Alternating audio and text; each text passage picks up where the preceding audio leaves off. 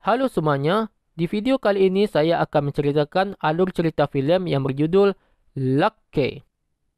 Pada suatu malam saat hujan yang lebat, saat lagu yang menarik diputar di radio, hitman profesional Choi Hyung-wook membunuh seorang pria dan menyembunyikannya di bagasi mobilnya. Koper korban ditinggalkan di tengah jalan hanya untuk diambil oleh orang misterius tepat setelah mobil itu pergi. Sementara itu, di sebuah apartemen kecil di lingkungan yang sama, aktor malang Yoon Jae-sung membakar semua fotonya dan bersiap-siap untuk gantung diri. Merasa dirinya tidak punya apa-apa lagi untuk hidup dan tidak ada yang akan menyadari bahwa dia telah tiada. Namun, usaha bunuh diri itu terganggu oleh ibu kontrakan yang marah-marah mengador pintu karena dia berhutang uang sewa padanya. Ibu kontrakan melihat kamar Jae-sung kotor seperti kandang babi dan betapa baunya dia karena sudah lama tidak mandi.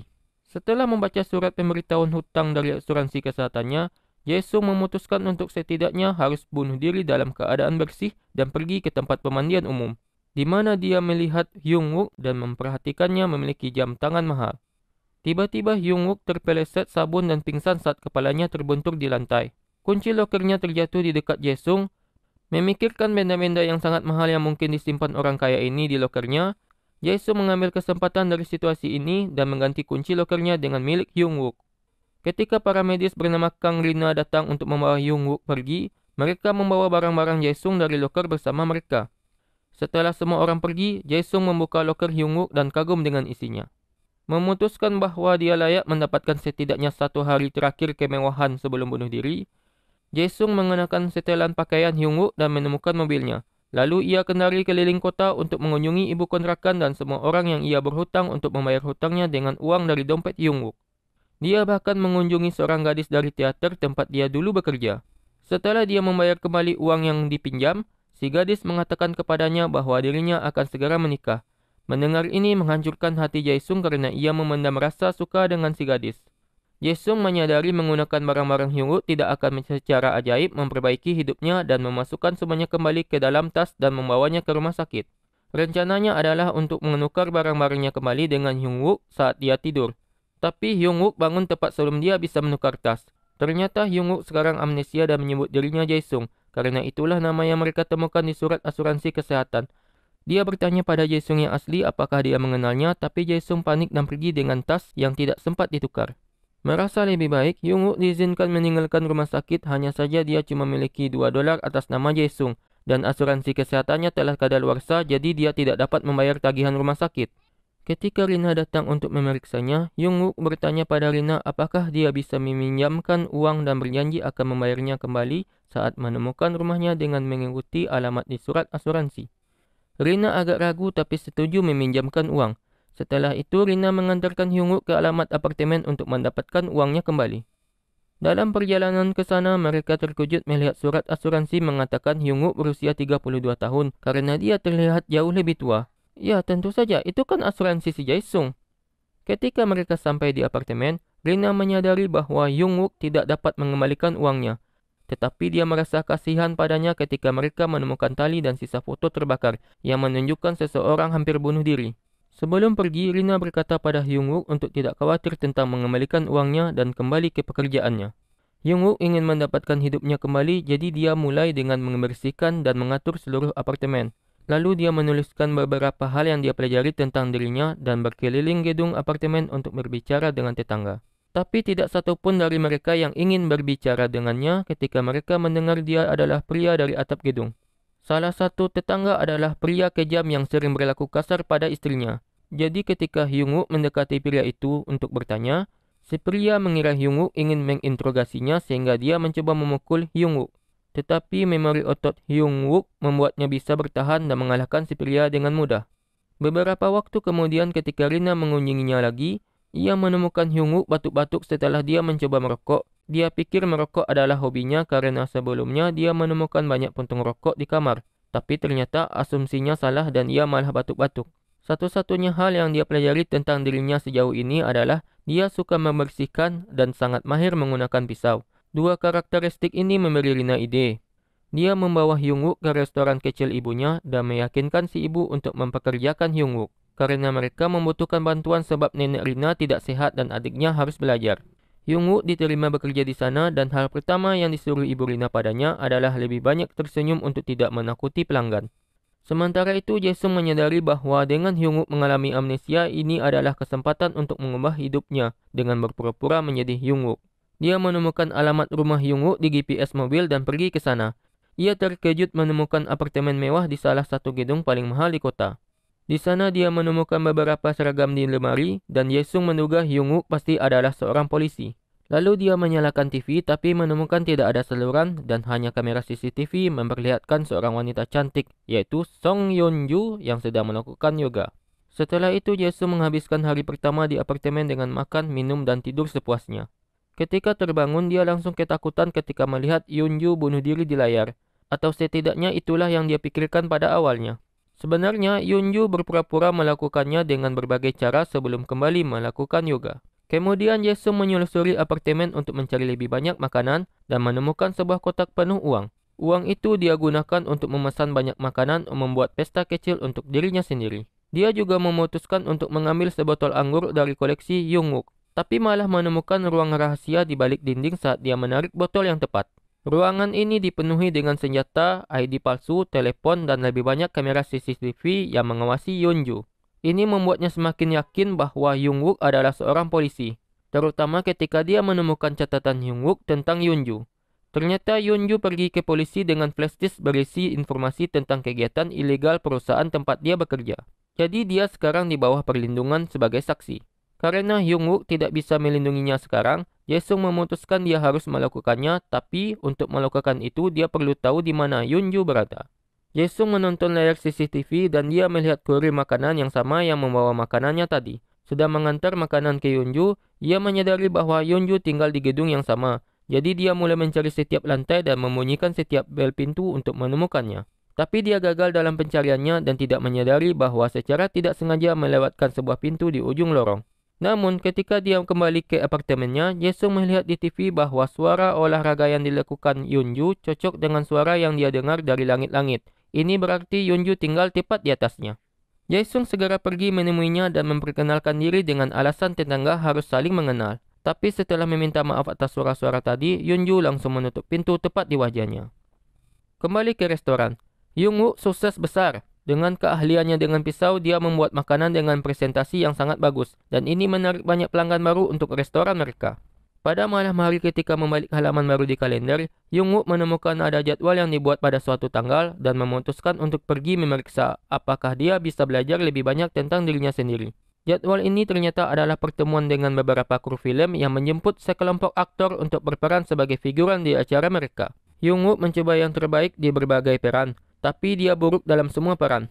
Di penghujung hari setelah dibayar, dia melihat di kertas daftar aktor ada alamat tempat tinggal Jae-sung yang merupakan rumah sekaligus tempat pangkas rambut ayah Jae-sung. Jung-wook pergi mengunjungi alamat itu dan di sana dia mendengar ayah Jae-sung mengeluh tentang betapa pecundangnya putranya. Meskipun begitu, ada kalender di dinding mengungkapkan bahwa dia telah berdoa untuk kesuksesannya.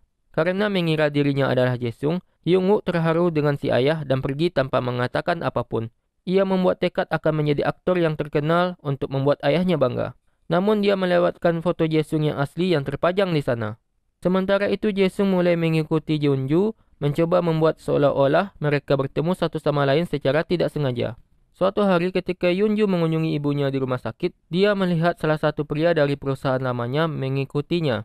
Tapi Jae-sung dengan cepat meraih tangannya dan membawanya ke mobil, di mana mereka bisa bersembunyi sampai aman berkat kaca jendela mobil yang gelap dari luar. Meskipun telah diselamatkan, Yeon-ju masih waspada pada Jae-sung. Saat hari Kamis tiba, Jae-sung melihat Yeon-ju mengemasi barang-barangnya dan membawa kopernya ke tengah jalan. Seolah-olah dia sedang menunggu seseorang tapi tidak ada yang datang. Sejak saat itu, baik Jae-sung dan Jung-wook mulai bekerja keras untuk kehidupan baru mereka. Saat masih bekerja di restoran, Jung-wook berlatih untuk menjadi aktor yang lebih baik menggunakan berbagai teknik seperti membaca tentang metode akting, berlatih pengucapan yang lebih baik, dan latihan yang ketat. Jae-sung terus mengikuti Yeon-ju dan berpura-pura bertemu secara tidak sengaja, perlahan-lahan mendapatkan kepercayaan dan persahabatannya.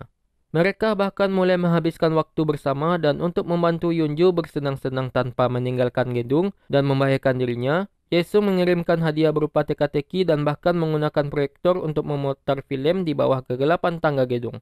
Mereka berdua perlahan mulai jatuh cinta satu sama lain, tapi Jae-sung masih tidak mengerti mengapa setiap hari Kamis Yoon-ju berdiri di tengah jalan dengan kopernya, menunggu seseorang yang tidak pernah datang.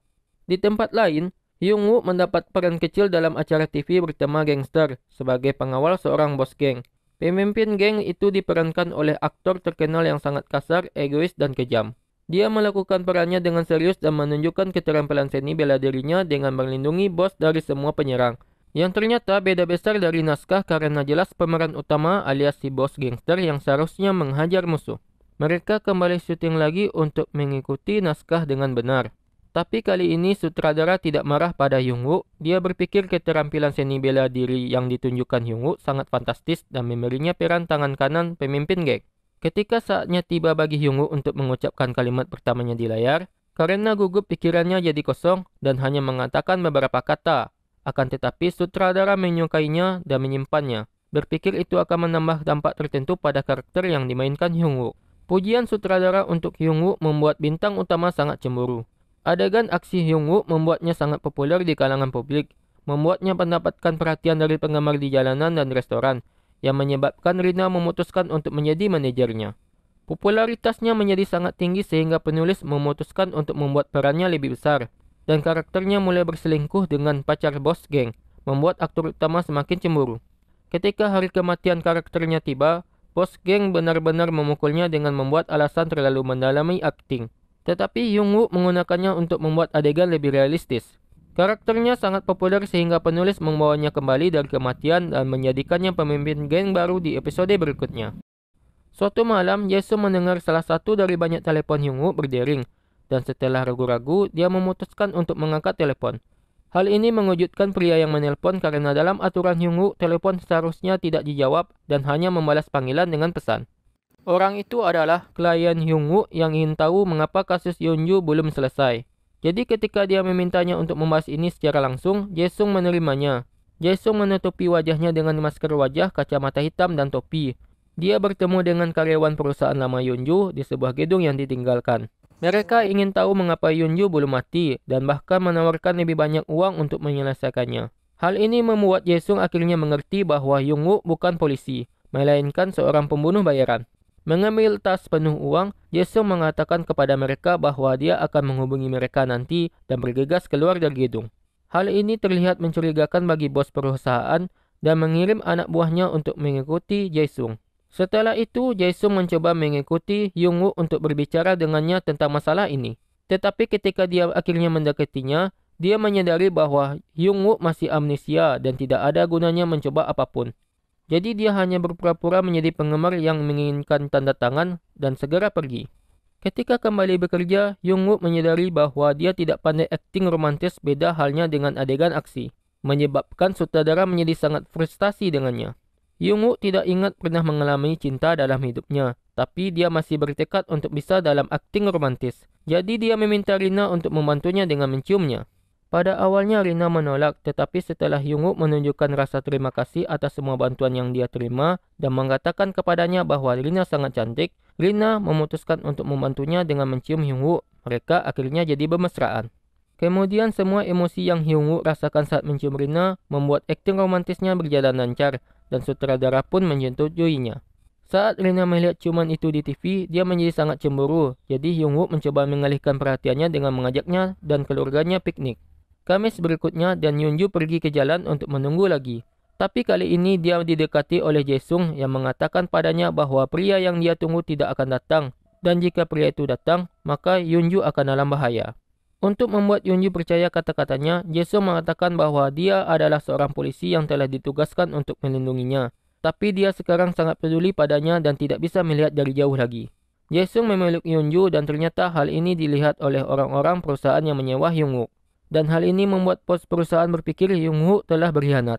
Jadi bos perusahaan menyuruh bawahannya untuk mempekerjakan orang lain untuk membunuh Yeonju dan Jae-sung yang mereka kira adalah Young-woo. Tapi karena mereka tidak dapat memutuskan siapa pembunuh bayaran terbaik yang akan disewa, jadi mereka memutuskan untuk memanggil 4 yang terbaik dan mempekerjakan siapapun yang datang lebih dulu.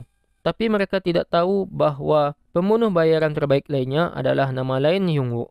Dan saat menghubungi para pembunuh bayaran, panggilan mereka terhubung dengan beberapa HP yang ada di ruang rahasia Young-woo.